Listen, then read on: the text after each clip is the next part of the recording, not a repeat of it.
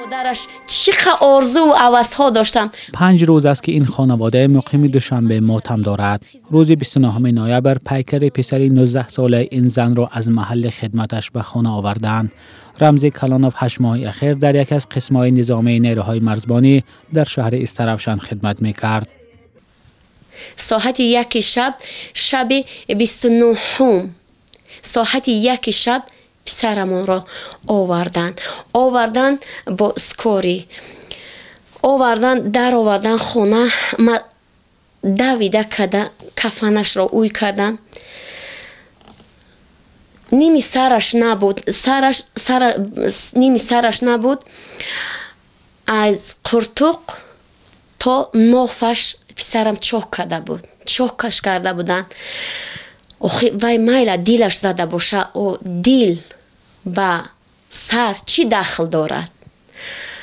مقامات به نزدیکان رمزی کلانوف گفتند سبب مرگ او بیماری قلب بوده است. یک فرمانده قسم نظامی که این جوان در آنجا خدمت میکرد به رادیوی آزادی گفت که دادستانی حربی ولایت سوخت مرگ رمزی کلانوف را تحقیق دارد، اما نزدیکان این سرباز ففتیده میگویند که به آنها رسما یگان سند مرگ فرزندشان را پیشنهاد نکردند.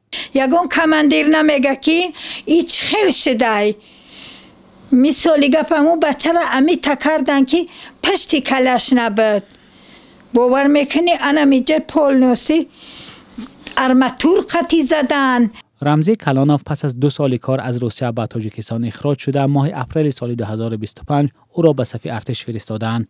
نزدیکانش میگویند که به آنها وعده دادند که رمزی را به یکی از قسم‌های نزدیک به جای زیست معین میکنند.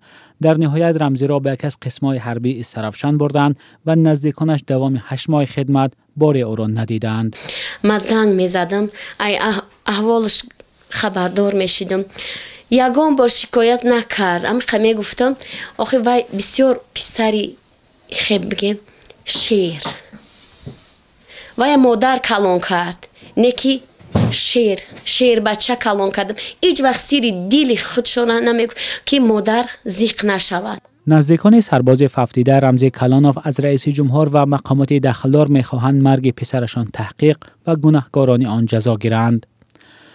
مرگ سربازان در صف نیروهای مسلح تاجیکستان از جمله در بخش مرزبانی حادثه نو نیست. در گذشته هم در نتیجه تصادف و مناقشه به هلاکت رسیدن چند سرباز ثبت شده بود.